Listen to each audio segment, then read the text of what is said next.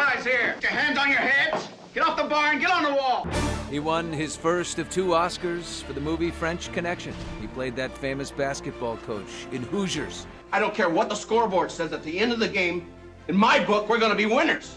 The evil Lex Luthor in Superman. The San Andreas Fault, maybe you've heard of it. And he made more than 70 films in his storied career, which included a Lifetime Achievement Award in 2002. Today, Hollywood is mourning the loss of the legendary Gene Hackman, his death shrouded in mystery.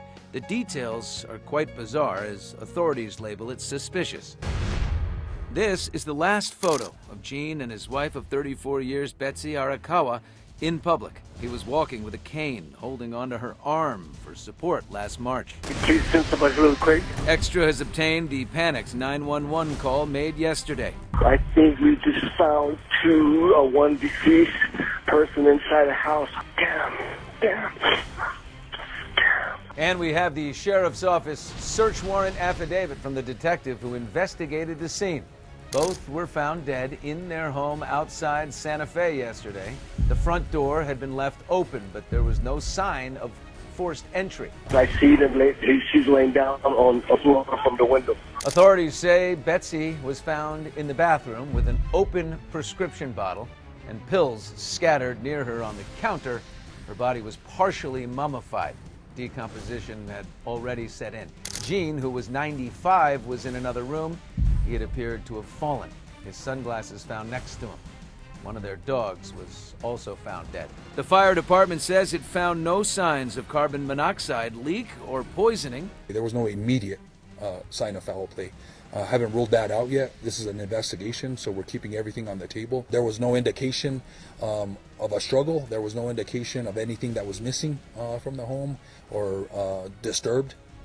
That would be indication that there was a crime that had occurred. It sounds like they had been deceased for a while, and I don't want to take a guess in reference to how long that was. I try to take care of myself. I don't have a lot of fears. Gene rarely gave interviews, but in 2004, the same year he made his last ever movie, he sat down with Larry King. I have the normal fear of passing away. I guess we all think about that, especially you get to be a certain age.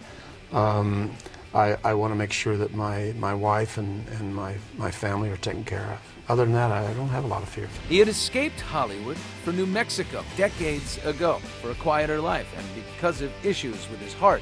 A few years earlier, he talked about how difficult it had become to make movies. The older you get, the tougher some of the dialogue becomes. You don't retain all of it, so that part of it's becoming a little harder. Gene Hackman won 2 Oscars. His first came in 1972 for his work in The French Connection. The second came 21 years later for his performance in Clint Eastwood's Unforgiven.